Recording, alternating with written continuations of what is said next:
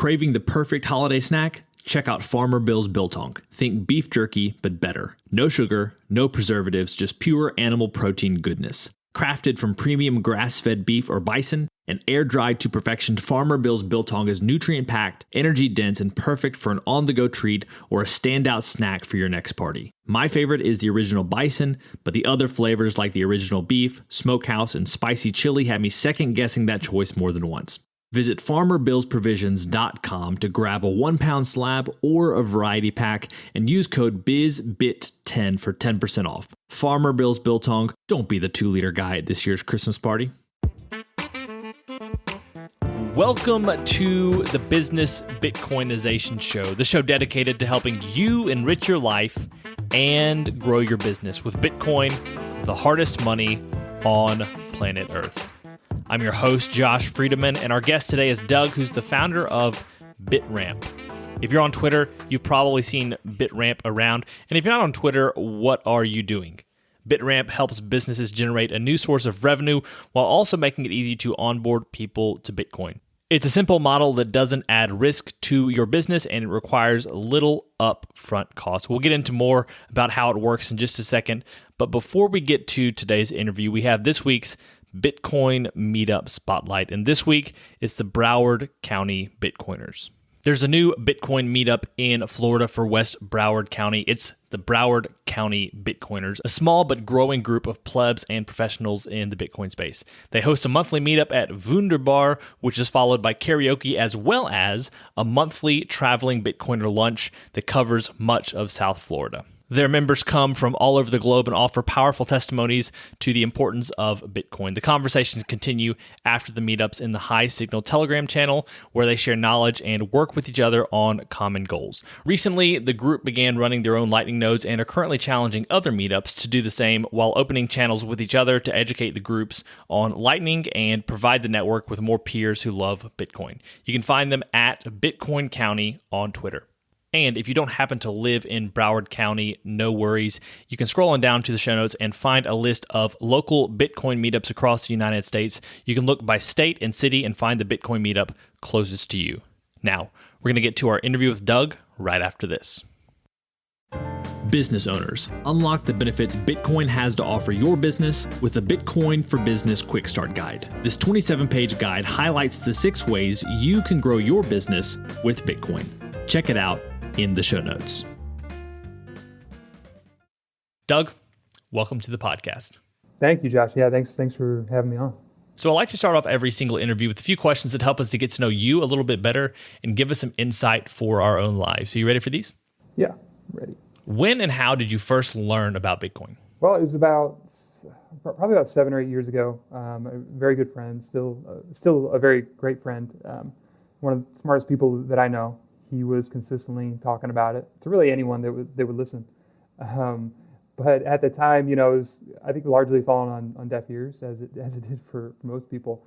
And personally, I didn't really have I didn't have a personal use for it. So I thought, it sounded cool and all that, but I just kind of kept on with life, trying to pay bills, trying to live. And then I really don't think I started paying attention. I'd say Bitcoin didn't really click for me until kind of the world stopped in 2020, and but the printers fired up, and I dusted off that copy of the Bitcoin Standard I had sitting on the shelf that I hadn't finished yet, and blew through that in a few days, and at that point it was crazy to just have the illustration playing out in real time. Kind of this beginning of the end. It felt like, after reading that. So it was really at that time. Then I felt like understood, had a use case, and since then it's just been consuming as much Bitcoin content that I can, just learning, constantly learning over the last couple of years. What's an insight or fact about Bitcoin that you wish that everyone understood? The fact that, maybe it's opinion, but, as you experience it for yourself, it's easy.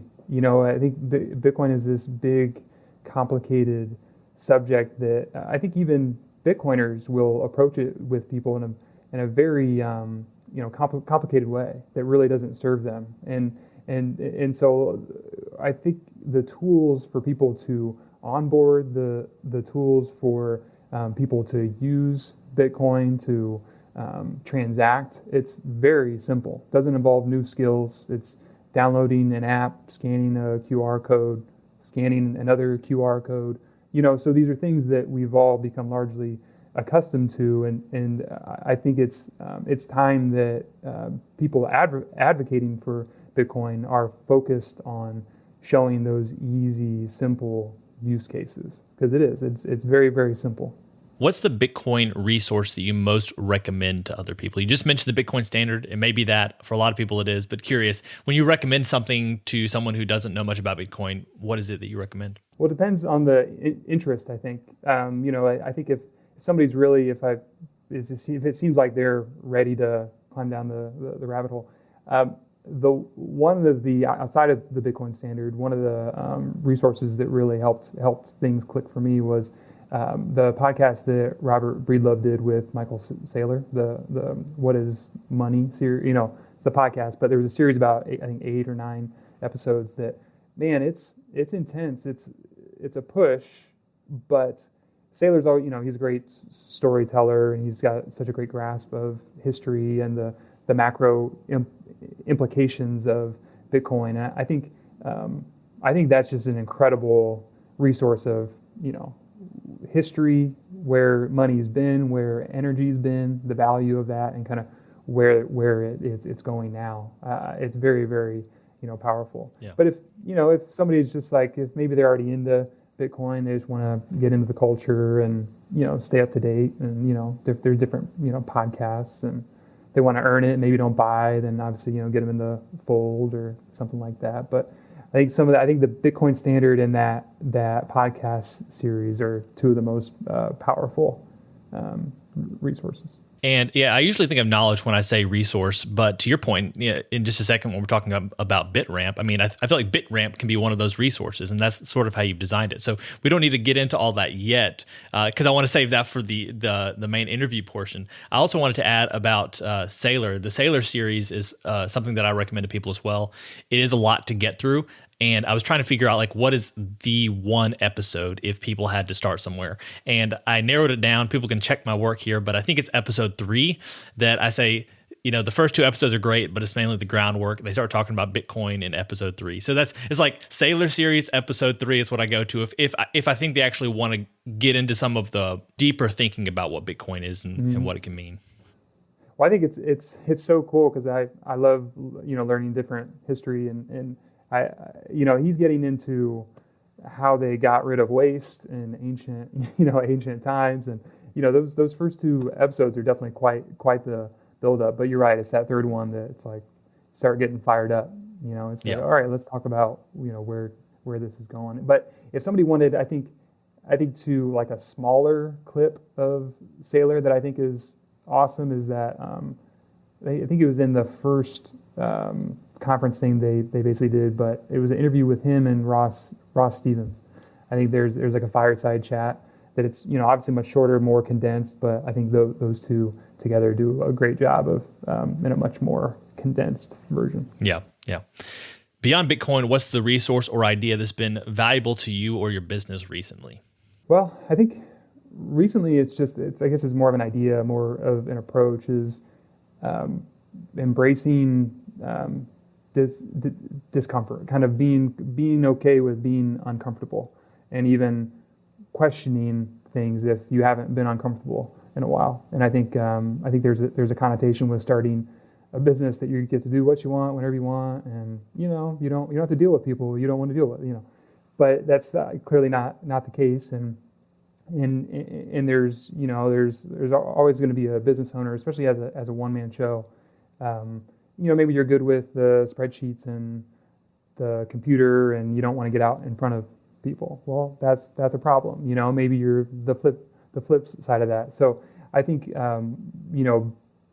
looking for ways to get uncomfortable, I think your individual growth becomes that much more powerful and needed when it comes to growing the business that you're trying to grow. Now we have our final arbitrary but insightful question, which is this. As a general life principle, is it better to ask why or why not? I think as a general life principle for an individual, I think asking why.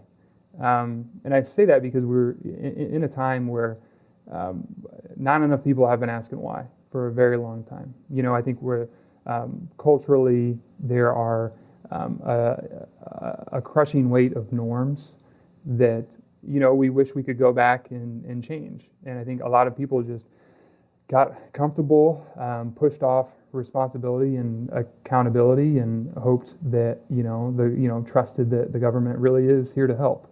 And so I think all the way down to the individual choice of diet, exercise. Why am I eating what I'm eating? Why am I pursuing this goal? Am I just trying to become a doctor because my aunt said I needed to be a doctor one day when I was 8 years old? I think we get on these tracks where we let decisions be made for us. And I think it's cool to see right now, and I think it's parallel with Bitcoin and kind of the grassroots growth of that, is this cultural awakening of asking why. Why have I been doing the things that I'm doing? And then looking forward, why am I going to do what's next? What is my why behind my next pursuit? And I think from that, we'll see a much more, purposeful lives and, purposeful culture. Meet Linkster, your premier Bitcoin-focused advisor. Linkster caters to businesses, institutions, family offices, and high-net-worth individuals. They merge your unique financial goals and needs with Linkster's Bitcoin expertise to craft your own sustainable plan to preserve and grow the value of your hard-earned profits and retained earnings. At Linkster, it's not just advice, it's tailored execution. Connect directly with the founder by visiting linkster.com. That's LYNCSTER.com. Linkster. Secure your future with Bitcoin. Today's episode of Business Bitcoinization is proudly brought to you by Velis Commerce, where the future of business technology meets Bitcoin. As we journey through the era of Bitcoin and its transformational impact on businesses, there's one name that stands out: Velis Commerce. Whether you're looking to build a cutting-edge website, a seamless mobile app, or custom software, Velis is your go-to team. They've been diving deep into the world of Bitcoin since 2014, making them one of the most experienced groups for integrating Bitcoin and Lightning payments into a variety of digital platforms. But here's what truly sets them apart. Velis Commerce doesn't just build. They bring a wealth of knowledge to ensure your project's success from day one. Their team understands the nuances of Bitcoin, ensuring that your business stays ahead of the curve. And for all business Bitcoinization listeners out there, Velis Commerce is offering a free consultation to kickstart your project the right way. So if you're ready to future-proof your business in the coming age of hyper-Bitcoinization, head over to veliscommerce.com or reach out on Twitter at veliscommerce. Let's make sure your business thrives in the Bitcoin era. Well, Doug, I'm excited to talk with you today about BitRamp. I think it is a neat opportunity, especially for business owners. But before I give away too many of the details, could you just share with us a little bit about BitRamp and also what it was that got you to this point of developing this business?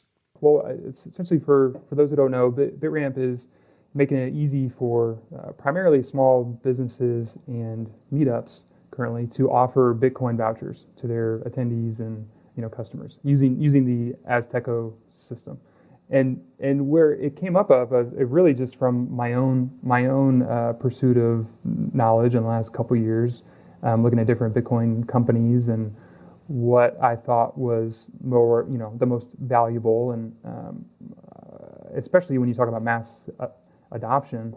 I just, I really liked what Azteco is doing. I think it's really important. And so BitRamp was really created around an understanding of their own business and what they're doing. They're focused on, going into a country and turning on, 10,000 locations through, one source.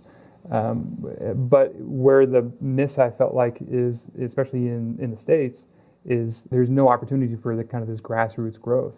And there's a tremendous, I think, community of Bitcoiners that really care about their community and that want to bring this, technology to benefit those around them. So to me, it was, just the opportunity to help kind of accelerate the growth that Azteca is already experiencing. Yeah, I love seeing people just doing what they can. And like I said earlier, to me, BitRamp almost seems like one of those tools that people might be talking about in the future as far as an easy way to help onboard others, a great Bitcoin resource. Could you share a little bit to those business owners listening right now?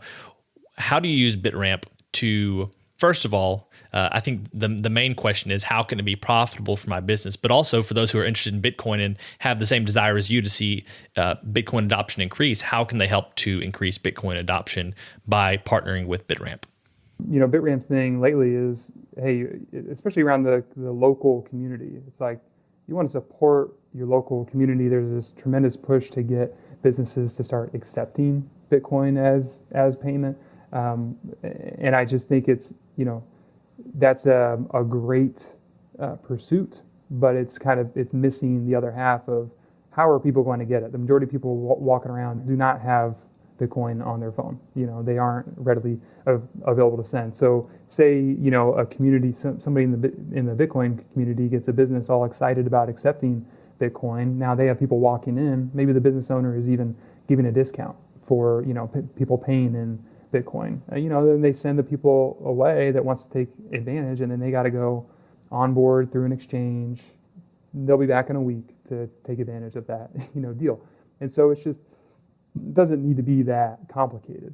And so the way that people get started, and really why a business would, is if they want to say they're already accepting Bitcoin as payment and they want to grease the wheels. I mean, they want to do more Bitcoin transactions. There's nothing better that you can offer than a frictionless onboarding experience, and to have that right there.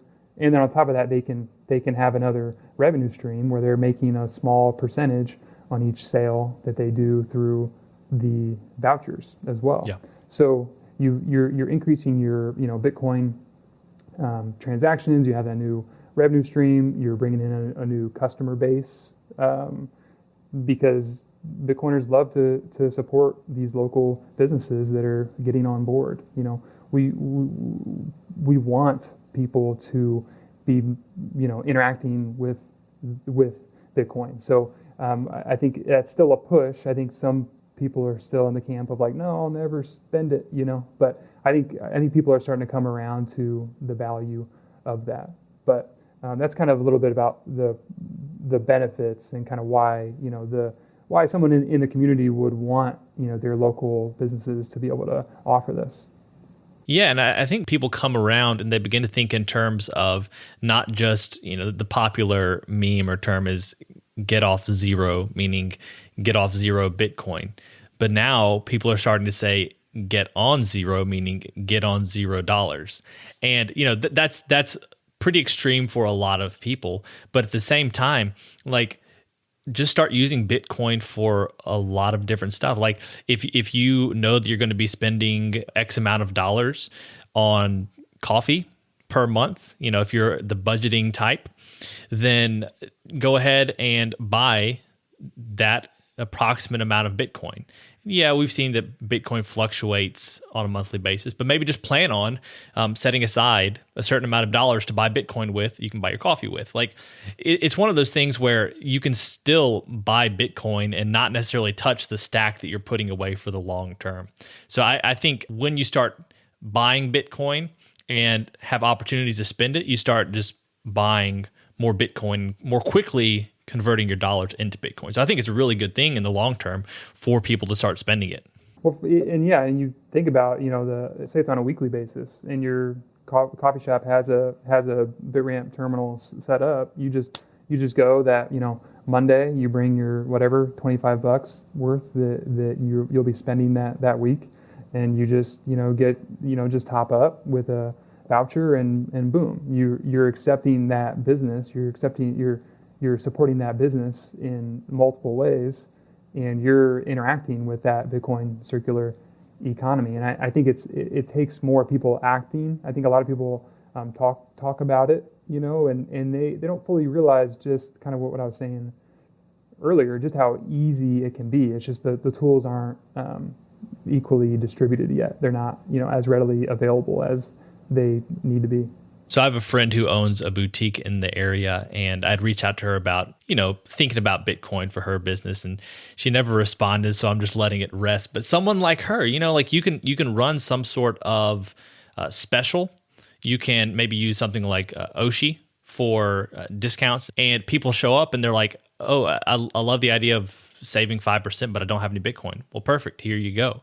Also, you have the type of business owner who may love Bitcoin, but they're like, our contracts take a lot longer to develop and people aren't necessarily going to buy thousands of dollars of Bitcoin. That's perfectly fine, but you can still have Azteco there as an education source, a resource for people to learn about Bitcoin. It's like, hey, you can just buy Bitcoin here. It demystifies it. And plus it's KYC free. And so no one knows that you own this Bitcoin unless someone happened to see you purchase it. And there's ways to probably get around that.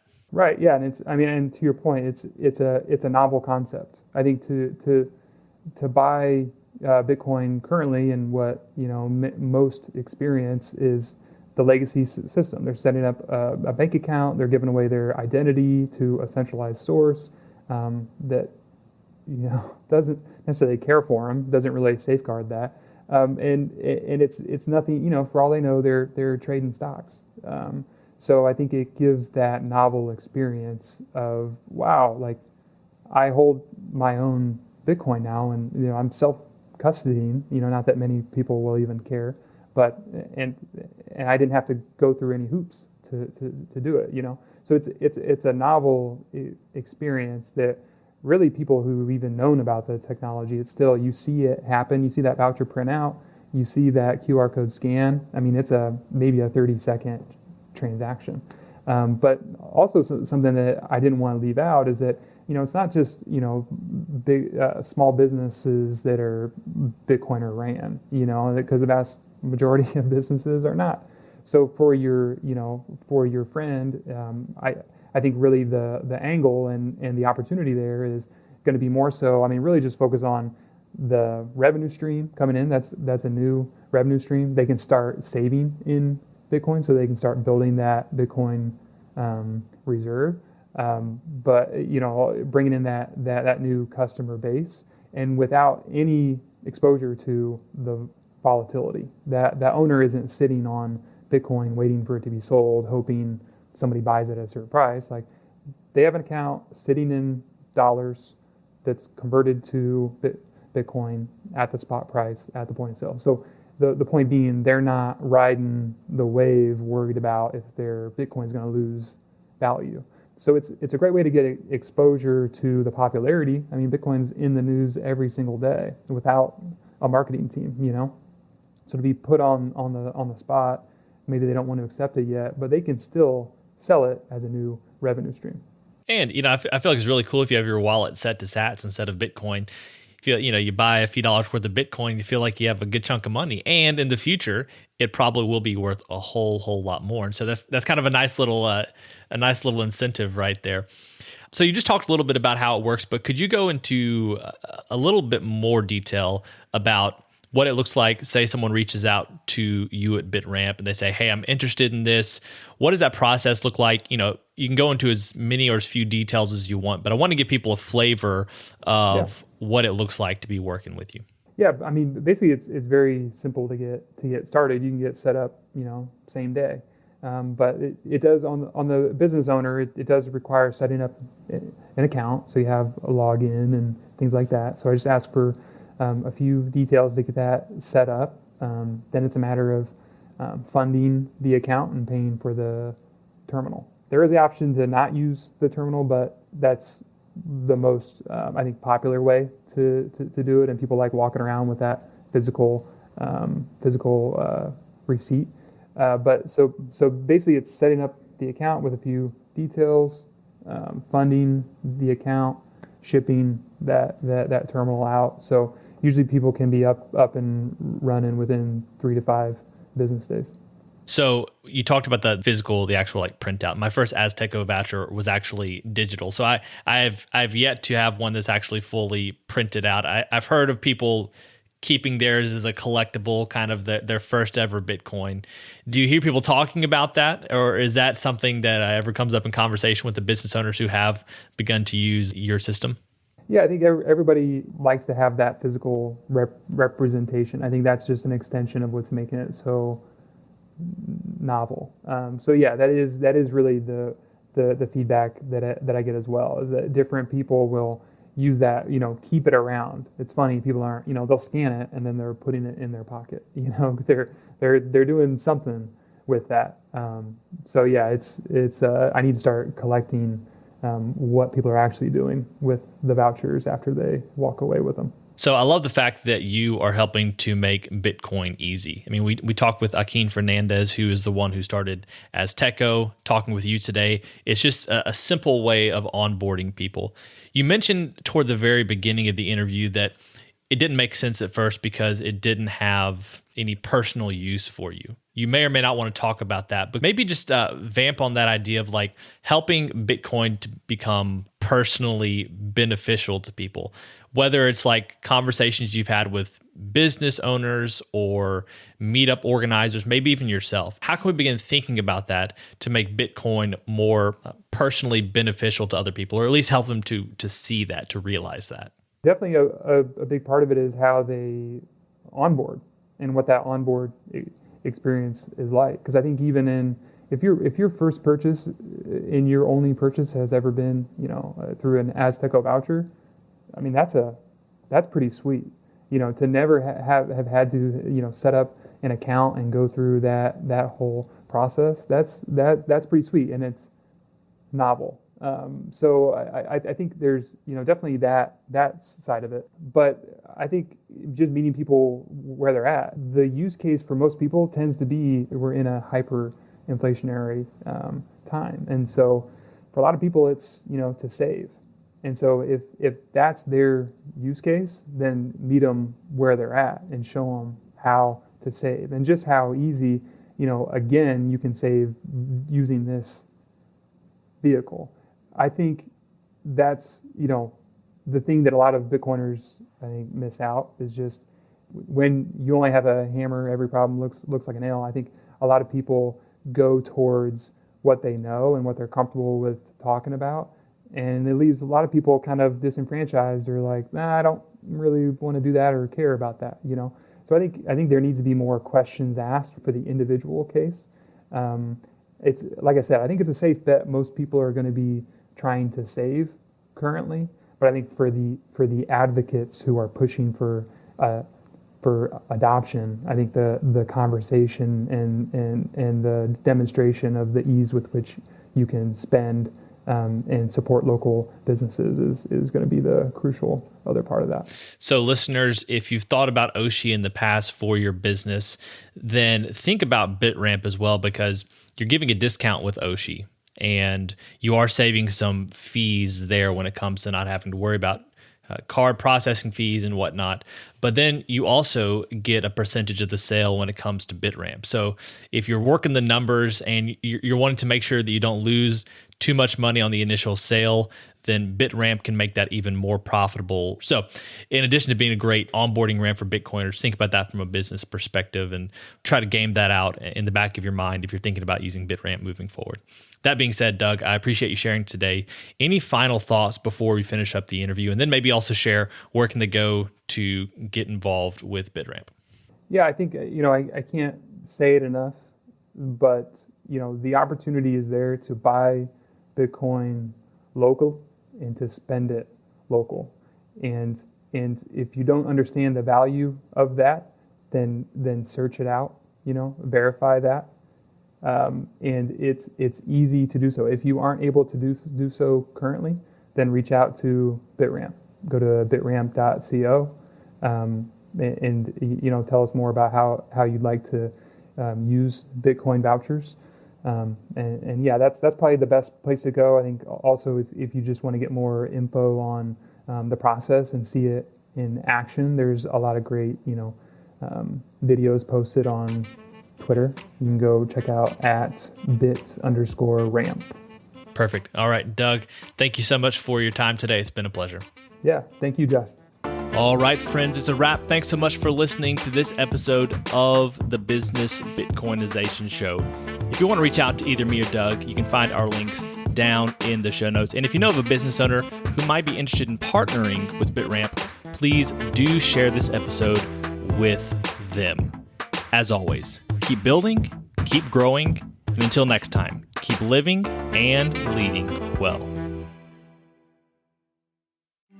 If you're a regular listener of the podcast, thank you. If you want to take a further step in your support for the show, you can help us grow by listening on Fountain, a value-for-value podcast app on iOS or Android.